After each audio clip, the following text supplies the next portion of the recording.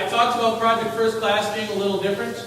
I have it up there as Project First Class 2.0. All right. So we're really encouraging the EDGE method this year. EDGE stands for, I forget the first E. Explain. Yes. Explain, demonstrate, guide, and then enable. And it's a method that I think every first class scout needs to demonstrate as a requirement. I think it's first class. So we're going to be modeling that same model as staff this year with the requirements. So how it's going to work is in the morning sessions, the scouts will work on the specific requirements for the day. I believe Mondays are going to be knots and lashings. Tuesdays will be first aid skills. Wednesday will be cooking skills. Thursday will be map and compass skills. And Friday will be outdoor skills, leave no trace. In the afternoons then, the boys will come down and they will be using that as an enrichment time, hands-on time, where they're actually going to have to demonstrate the skills themselves, doing specific requirements that we want them to do. So, for example, first aid on Tuesdays, afternoon they're going to be hosting a first aid meet. Now the boys that are going to be in PFC this year, they're going to need to sign up for the week, and they're going to be put into patrols. We're going to put them into inter-troop patrols and actually model the patrol method with them. They'll come up with a patrol name, they'll come up with a patrol flag probably, and they'll work together as a patrol for the week on the activities. So we're trying to really reinforce the outdoor skills and the scouting skills to the younger boys that come to camp. So units will then receive reports from us on scout progress, so we'll be taking attendance in PFC and we'll be giving feedback to the units. We're going to try to do it every day. That's going to be a goal. We're going to see if that's too ambitious, though, if it's going to be something at the end of the week. But what we also want to try to do is also explain with the attendance sheet how they did in the enrichment time. So if one of the scouts wasn't doing so well, we're going to make sure we mark that down. Because remember, we can't sign off on those scout requirements, but we want to make sure when we give you the report, you're going to know how well they did. Every troop has the opportunity, they can retest the kids if they want, or they can just sign it off in their book. But we want to make sure when you get the report, you know specifically how well they did and what you think you're going to need to do to test their skills or not. So here's the schedule again, like I was saying. Nice and big. So you can see in the afternoon, we'll have knots and lashing events. On Monday, a first aid meet on Tuesday. On Wednesday, what we're planning on doing is having the PFC kids cook with the staff in the PFC area, so that will be their enrichment time to make lunch, which then has the afternoon open for them. They can come down and earn token chit or fireman chit during that day. And then Thursday is going to be the 5-mile hike in the afternoon after they practice their skills in the morning. Friday in the afternoon, you can see we're going to have an activity called Are You Tougher Than a Scoutmaster? Kind of like the TV show Are You Tougher Than a Boy Scout? We're encouraging all adult leaders to come down and compete against the boys in all the skills they've learned throughout the week. So, study them. Okay? It's a great way for you to actually see them using the skills throughout the week, see how well they do yourself, too. And it's a great way to say, I did that on purpose to see if you paid attention. Okay? I think I use that once a week in class. And then 11 to 11:45, we don't have any program at that time for PFC. That's if they want to go and sign up and do a Maripad at that time. Okay, so 11 o'clock, Maripad, until after PFC. Okay. I already talked about Order of the Arrows, so I won't spend time doing that. Outpost, again, you talked about that. Oh, yep. Do you want me to talk about it? No. Oh. Quick question on PSC. Are you finding with the scouts that say only need map and compass work, just coming in that day? How you want to work, stuff like that? We've got some scouts that this is their second year of camp, some of that stuff they heard already. We encourage them to sign up for the whole week. If they want to come for a specific skill, it'd be very hard for them to be put into a patrol for just that time. But if it is like one specific requirement, I'm sure we can try to figure something out. It is going to affect the rest of their merit badges. They're going to have to go back and make up whatever time it is that they missed that one day, which would be all merit badges for that one day. and then in the afternoon, at least you know where they'll be for their activity time. So are they expected to be there for the whole enrichment time to the five? The whole enrichment time probably won't go all 3 hours. I would guess it'd probably be up to 2 hours at most, and we might even do it depending on how many kids there are per week. We might have to split it up that these patrols come at this time and the other patrols come at another time. And usually that is probably what's going to end up happening because it's such highly attended area. But no, it probably won't take the whole 3 hours. We just have the blocks. And so is it your intention that the kids who come out, they're really going to leave with their first class? If the troop signs them up, they're going to leave with the skills they need to be able to show in those areas that they can get first class. We go through all the skills in those 5 main areas.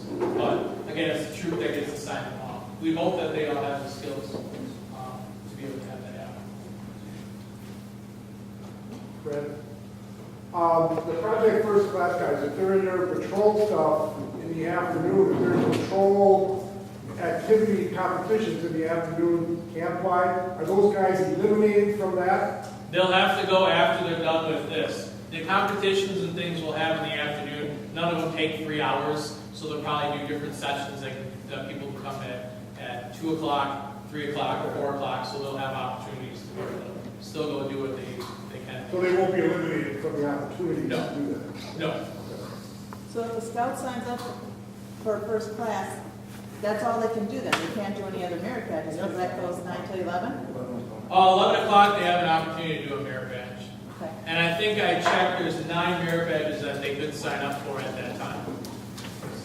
Swimming is one that we highly encourage at 11 because that's one of those you want to get done as a young scout. We have handicraft badge at that time. There's a range of them that they can sign up for.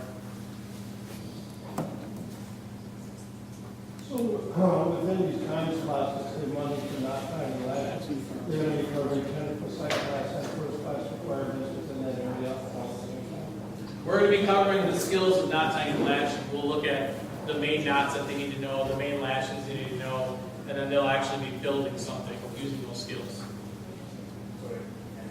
So yes. Yes, yeah. I really don't just say it short. Say like that. Outpost, like I said, the 3 programs. The wheels, the biking one, you can bring your own bike, or we have bikes provided. Make sure you bring helmets. It's about a 15-mile bike trip. Water is the canoeing one. It's about a 2.5-mile canoe trip. And then you stay over at the state campground on the other side of the lake.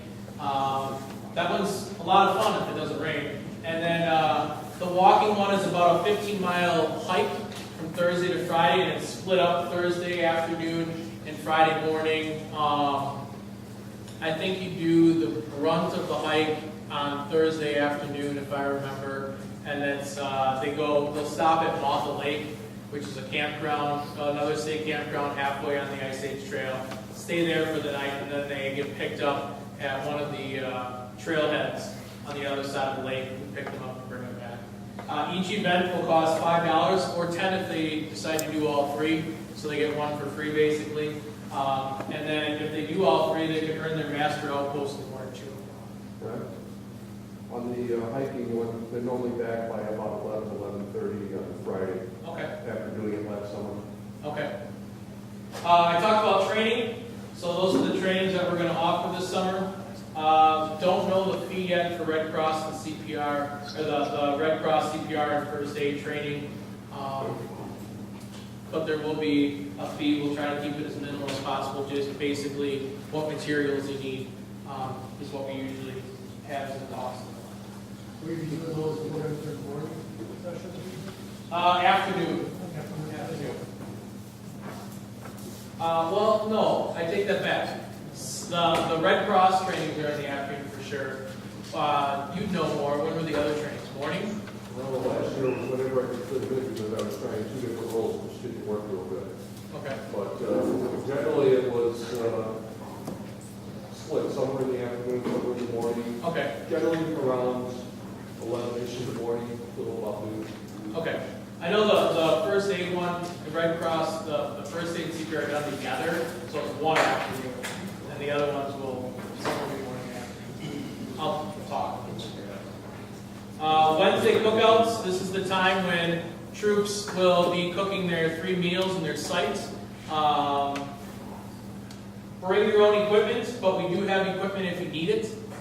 We do have a quartermaster who can get you whatever you need. You can let them know previously, in the previous days of the week, what they need, and they'll get that to you. So if you need an extra cook kit or chef kit or something, make sure you let the quartermaster know.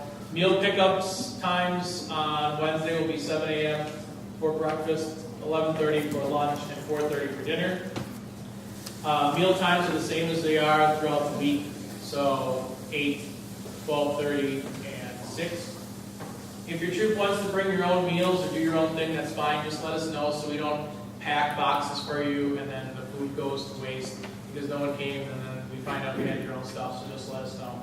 But do remember, if a troop wants to do patrol cooking all week, your troop does have that ability. Just let us know and we'll work together to make sure we can plan your meals and figure out what times you need your food and stuff. I know Troop 18 is ready to show us in that for the summer. So if anyone is interested, that opportunity is there for you. Fred, do we have access to the camp menu so that scouts with food allergies, we can let you guys know what they can have so you can make allowances before we get there? Yes. That work? Is it possible with breakfast and lunch to get the meal, the food an hour and a half early instead of an hour? If you'd like it that way, let us know. Okay. Yep, just let us know. Especially if you're bringing, 300 kids like 71 normally does. Not 300, but it's a lot. It's a lot. All right, provisional. Scouts that want to come up for a second week, unless you're signed up for one of these weeks, well, they can still come up for a second week. 5th week and 6th week are designated provisional weeks. It's basically a time where kids from all around scouting can come together. We put them into different troops, different scoutmasters. I thought I saw the scoutmasters here. Mr. Gunnerman, are you back? Mr. Gunnerman is 5th week, right? And Mr. Winkelhagen is 6th week. Do you want to talk at all about provisional? Absolutely. Okay. Right now. Right now. Right now. Right now. Okey dokey. Provisional. For those of you who aren't familiar with the program, basically you have three types of scouts that will come up for provisional week.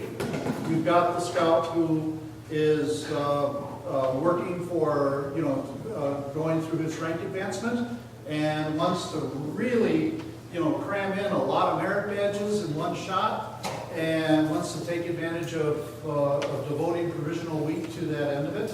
You've got scouts who perhaps were not able to make a resident camp with their home troop because of conflicts with family schedules. And this gives them the opportunity to either week 5 or week 6 come up and have the experience of resident camp. Or you have scouts that just plain enjoy coming to Camp Long Lake and want to come out, hang out, be with their friends, and have a good time. So we welcome all three. And by the way, if you haven't taken that zip line yet, gentlemen, ladies, that's a gas. That in itself is enough reason you want to come up for another week. Not to mention the fact that somebody my build gets up to like over 50 miles an hour on that zip line. And then the freestyle rappel off the deck. Oh my gosh, that's great. I'm so sorry. Okay. Now, leadership opportunities. I digress. Leadership opportunities. For the scouts, especially for the scouts who've gone through NYLT, we do offer scholarships for these scouts if they apply. Basically, this is how we fill out our senior leadership for the 2 weeks of camp.